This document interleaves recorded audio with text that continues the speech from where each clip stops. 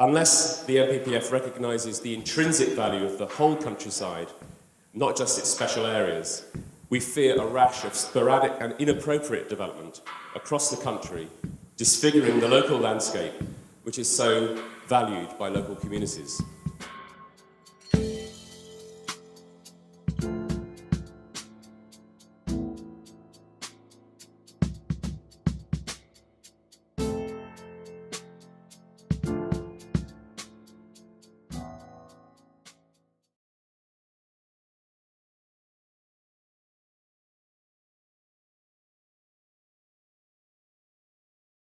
I am totally against fracking. I think the risk that it will damage our water supplies is too great and we should not consider it. I think there was one good thing to come out of the protests at Balcombe, and that was Repower Balcombe. This is a fantastic scheme, and I highly recommend that other communities look at doing the same. If we can find a regulatory environment that works, I think we will be able to sort out the problem that will go on underground. What I'm very, very concerned about is the environmental impact above ground, and the idea of huge lorries trundling through very small villages fills me with horror. Where there is existing oil drilling in Sussex is very close to A roads and is very easy to extract. So I'm very worried about the environmental impact on top. So broadly I'm against, but I'm not going to give an honest answer to your question, Chair. I'm not going to give a complete carte blanche answer that no, I completely oppose it. I do want to take it case by case. I don't see that you're going to get any kind of impact on oil prices, on energy prices, from one or two fracking sites, half a dozen fracking sites, 50 fracking sites. How many would it need to actually have an impact on the energy price in this country? I suggest that it's not going to make that much difference. Unfortunately, one minister seems to want a bonfire of the rules that might impede a dash for fracking, while another wants fast-track licences. I think this is irresponsible. What I want to see is a much slower time development of this facility. We should actually know where we do not want fracking. We do not want it in Balcombe, in the middle of a village. That should be absolutely clear. So if they are going to develop it, they should do it in much slower time and stop trying to drive it down our throats. I'm totally against hydraulic fracturing. On the other hand, it would be dangerous if we tried to declare Sussex as a frack-free zone.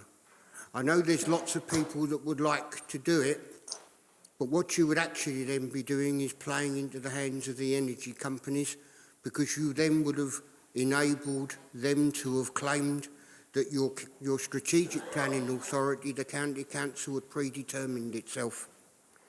Every application that comes forward needs to be considered on a case-by-case basis, and on a case-by-case basis we must hope, as Jeremy has said, that we find reasons to turn these down on sound planning rules, such as massive lorries trundling through roads that were made certainly not for them. You can already guess from what I've said that I'm against fracking. What I want to say is actually about Repower Balcombe, and to reiterate in a little way what Francis said, but I find what they've done absolutely amazing. The fact that that community has not just said, no, we don't want this, they've said, actually, we've got a better idea. We've got a solution.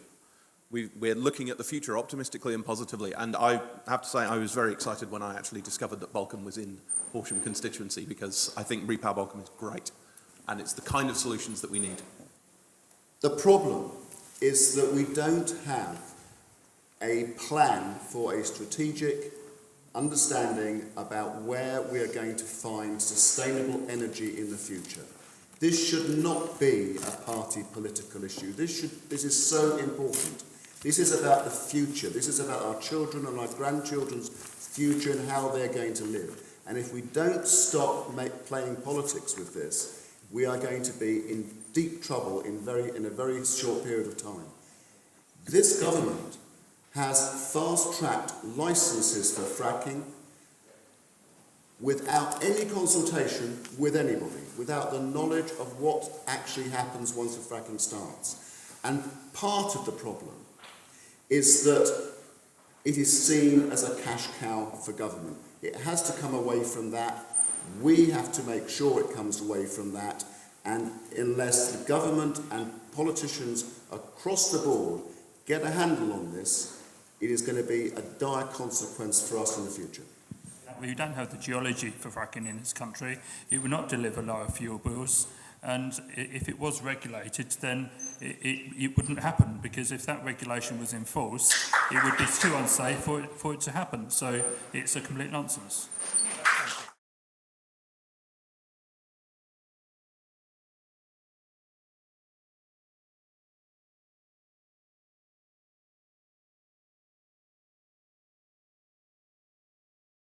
I hope I made clear, but to reiterate, there is that impact of fracking on the local community, on local residents, that most concerns me.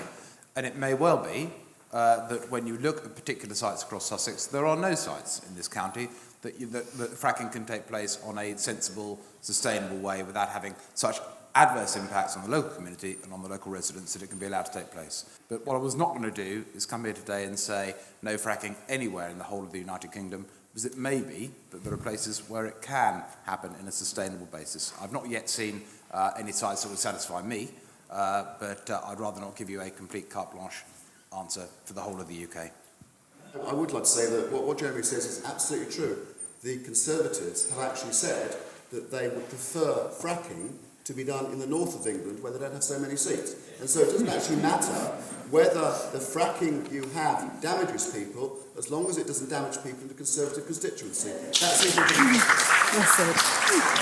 As Martin knows well, that is not what I said. I said that there are places in the UK where it may be that there may be places, whether it's the south of England or the north of England, there may be places where it does work. But there may well be places where it doesn't. Members of your party, ministers in your government, have said that they would prefer to see fracking in the north of England and not in the south of England. That's precisely because there are more seats that are not Conservative in those areas, and therefore it doesn't affect their vote. That is what your party... Whatever they said, I didn't.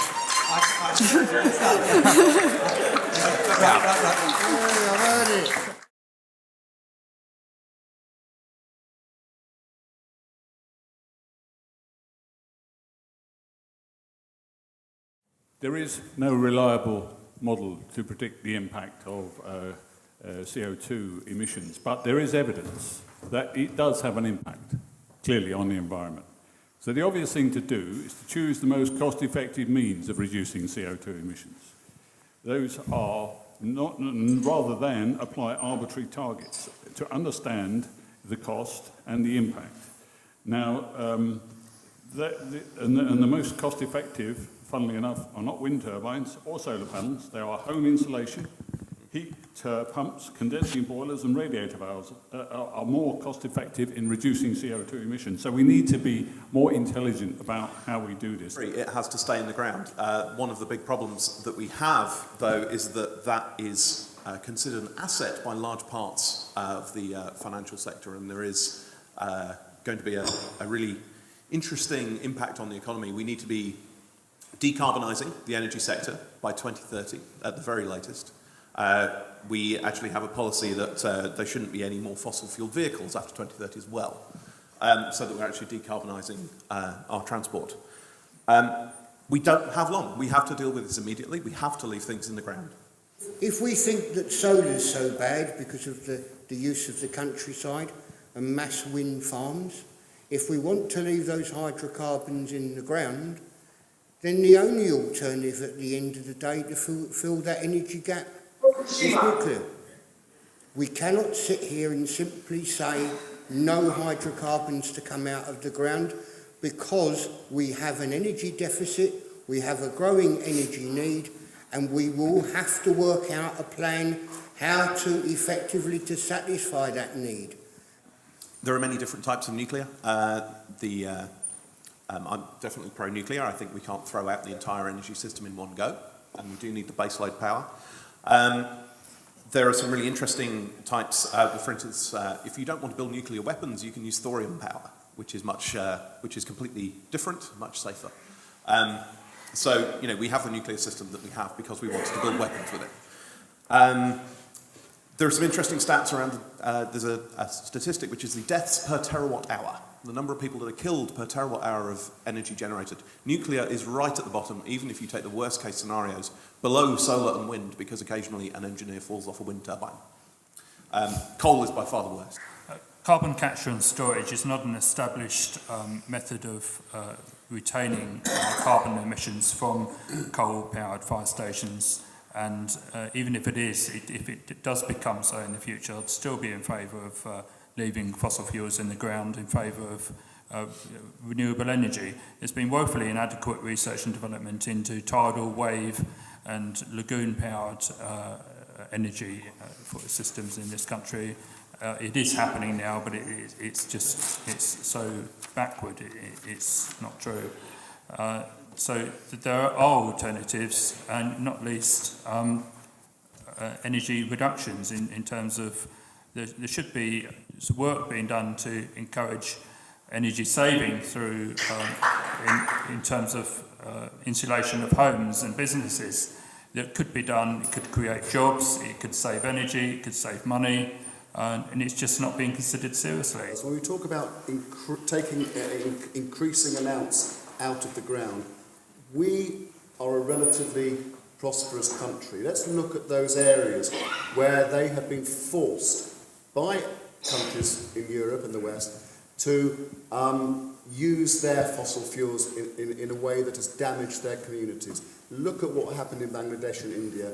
Look at what happens in some of the poorest areas of the world, where people on a daily basis die as a result of our greed and need for the most, the cheapest and most, the most quickest form of energy that we can find. That is the oil and the coal. We've got 300 years worth of coal in the ground. If we could develop carbon capture, we could actually make use of that and provide ourselves with some energy security. The fact that the green charges have been progressively ramped up in recent years, and they're going to be 3 times by this time in about 10 years, it's raised the cost of electricity, which has driven energy-intensive industries abroad to places like China and India, where they emit a lot more CO2 per kilowatt hour. Now, that is not intelligent, and we've got to start to be more intelligent.